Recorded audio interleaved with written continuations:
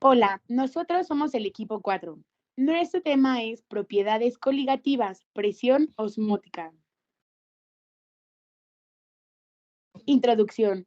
Los líquidos poseen propiedades físicas características, entre ellas la densidad, la propiedad de ebullir, congelar y evaporar, la viscosidad y la capacidad de conducir la corriente eléctrica, etc. Cada líquido presenta valores característicos, es decir, constantes. Para cada una de estas propiedades, cuando un soluto y un solvente dan origen a una solución, la presencia de soluto determina una modificación de estas propiedades con relación a su estado normal en forma aislada, es decir, líquido puro. Estas modificaciones se conocen como propiedades de una solución. Las propiedades de las soluciones se clasifican en dos grandes grupos: propiedades constitutivas, propiedades coligativas o colectivas. En las propiedades constitutivas son aquellas que dependen de la naturaleza de las partículas, como por ejemplo puede ser la viscosidad, la densidad, la conductividad eléctrica, etc. Dentro de las propiedades coligativas o colectivas, son todas aquellas que dependen del número de las partículas, moléculas o átomos o iones, disueltas en una cantidad fija de solvente, em, las cuales en el descenso de la presión del vapor del solvente o también puede ser un aumento del punto de ebullición, como así disminuyendo el punto de congelación o la presión osmótica.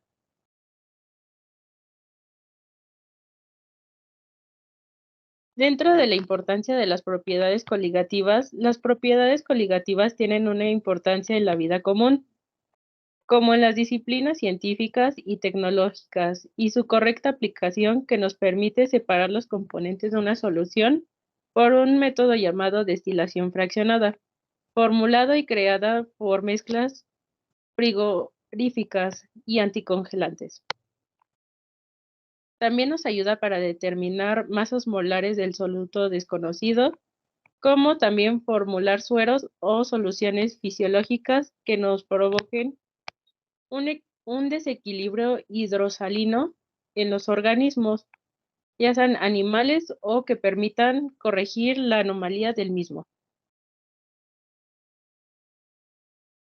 Lo que vendría siendo la presión osmótica. En la siguiente figura se muestran dos soluciones separadas por una membrana semiimpermeable que va partiendo del punto A al punto B, donde del lado izquierdo se encuentra la solución concentrada y en el centro la solución diluida. Posteriormente, abajo tenemos la membrana semiimpermeable y, bueno, algunos conceptos básicos de la presión osmótica, como su definición, son que ciertos materiales, como el celofán o ciertas estructuras complejas como las membranas de los sistemas biológicos son semiimpermeables, es decir, cuando están en contacto con la solución permiten el paso de algunas moléculas, pero no de otras. Generalmente estas membranas permiten el paso de las pequeñas moléculas de los solventes, como por ejemplo el agua, pero bloquean el paso de las moléculas o iones de soluto mayor de mayor tamaño. Bueno, en esta imagen el solvente se mueve del punto B hacia el punto A, como si las soluciones tendieran a lograr concentraciones iguales. Al cabo de un tiempo, los niveles del líquido, en este caso el volumen, en las dos ramas son desiguales.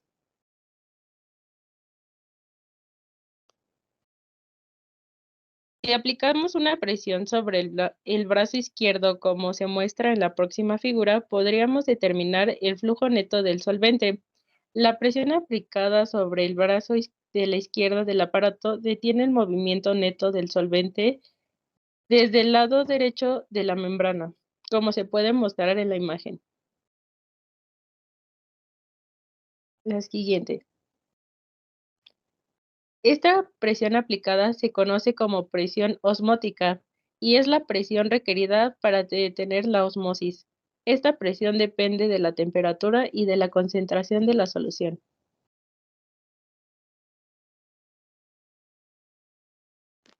Bueno, yo les voy a hablar sobre los factores que afectan la presión osmótica. La presión osmótica obedece a una ley similar a los gases ideales. Van Hoff fue el primer científico que analizó estos hechos, los cuales se expresan en la siguiente ecuación conocida como la ecuación de Van Hoff. Esta ecuación es pi igual a nRT sobre V, donde pi es la presión osmótica en átomos, donde V es la presión de la solución, donde R es la presión de los gases ideales y donde N minúscula es el número de moles de soluto y T es igual a temperatura. La que sigue, por favor. Bueno, de acuerdo con la ecuación de Van Hoff, se observa que a temperatura constante la presión osmótica solo depende de la concentración de partículas y no de la naturaleza del soluto. De ahí que la presión osmótica es una propiedad coli- coli- coligativa de una solución. Si el volumen de la solución fuera 1 litro, entonces N sería igual a N sobre V, sí, sería igual a molaridad. Por lo tanto, nuestra relación puede formularse como pi igual a mRT. Cuando las soluciones son muy diluidas, menores a 0.1 mol, se puede considerar que la molaridad es igual a molalidad. Bueno, les voy a presentar unos casos de... Ay, la que sigue, la anterior, por favor. Bueno, esos son unos casos de presión osmótica. Tenemos dos casos y se los vamos a explicar. Bueno, se los voy a explicar. Caso 1, las soluciones pueden clasificar entre sí respecto a la presión osmótica bueno, de aquí tenemos la solución A, que su concentración es de 0.01 molar, y tenemos del lado B la solución con una concentración de 0.1 molar. En medio tenemos una membrana semipermeable. La que sigue, por favor. Bueno, en el caso 1, ambas soluciones tienen la misma concentración a una temperatura dada. Luego podemos decir que, que no se presenta el fenómeno de homosis. Bueno, en el inciso B, se puede concluir entonces que ambas soluciones tienen una igual presión osmótica. Inciso C, cuando dos soluciones tienen igual presión osmótica, se dice que son isotónicas o isomóticas entre sí. Iso, que es igual, osmótica, que es presión osmo, y tónica, que es concentración. Aquí sigue, por favor.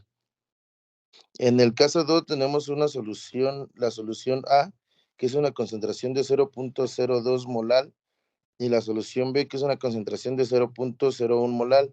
En medio tenemos una membrana semipermeable. En el caso 2, la solución A tiene mayor concentración que la solución B. Se dice que entonces la solución A es hipertónica con respecto a la solución B. También se puede decir que la solución B es hipotónica con respecto a la solución A. Como la solución B es hipotónica con respecto a a la solución A generalmente a menor presión osmótica ya tiene menos partículas de solución. Por lo tanto, se puede decir que la solución B es hiposómica con respecto a la solución A. Cuando la solución A es hipertónica con respecto a la solución B, generalmente a una mayor presión osmótica ya que tiene un mayor número de partículas en la solución. Luego se dice que es hiperomótica con respecto a la solución B.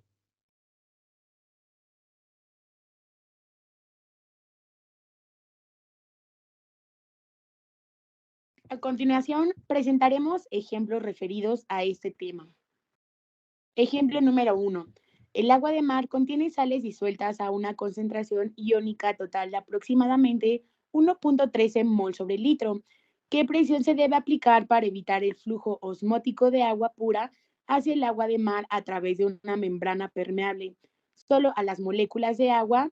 Ok, aquí por fórmula tenemos la concentración osmótica que multiplica por la concentración molar, por R, que es nuestra constante, y por T, que es nuestra temperatura.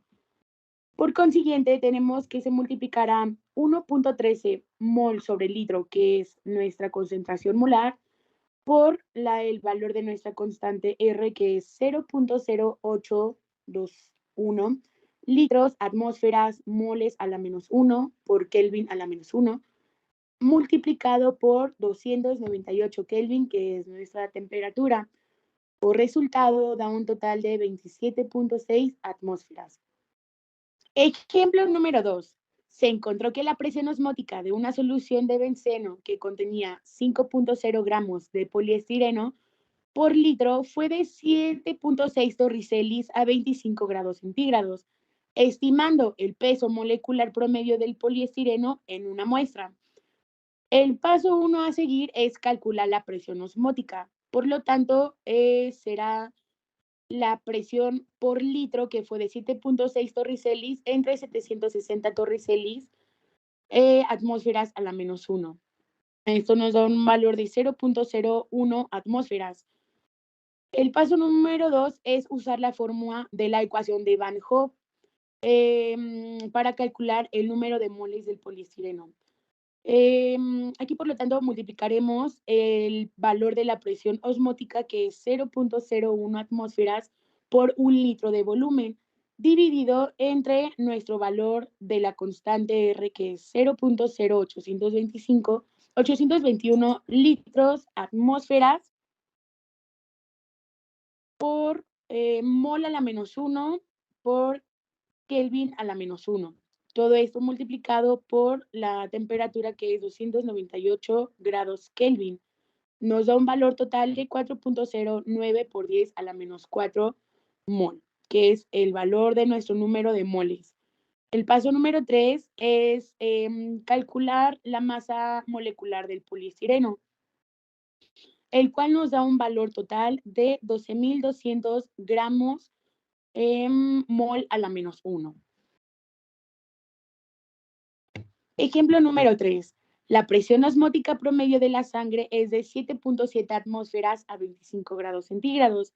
¿Qué concentración de glucosa será isotónica con la sangre? Solución. Aquí calculamos, tenemos la fórmula base, que es para calcular la presión osmótica.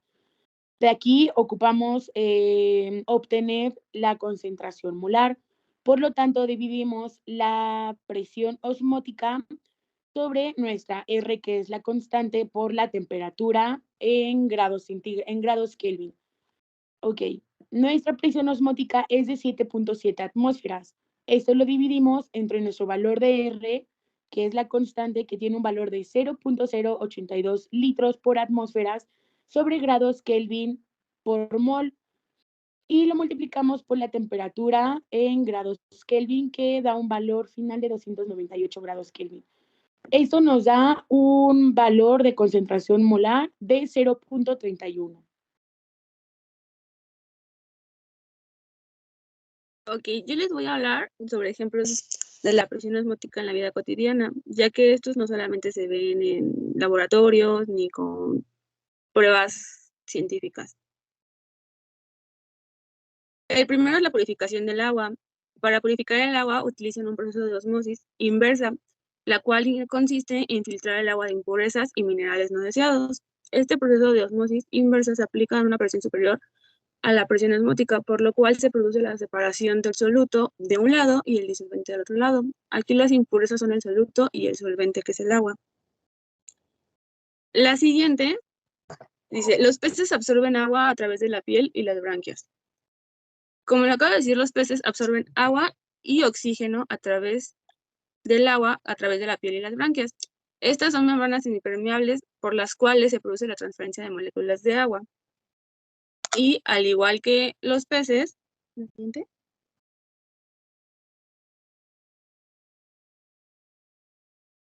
Ale, le cambias a la siguiente, por favor. Al igual que los peces, los seres humanos también tendemos a tener dentro de nosotros una presión de osmosis, la cual transfiere el oxígeno a la sangre. Esto se realiza en el proceso de difusión u osmosis, ya que las células tienen una membrana semipermeable a través de la cual se produce la transferencia de oxígeno.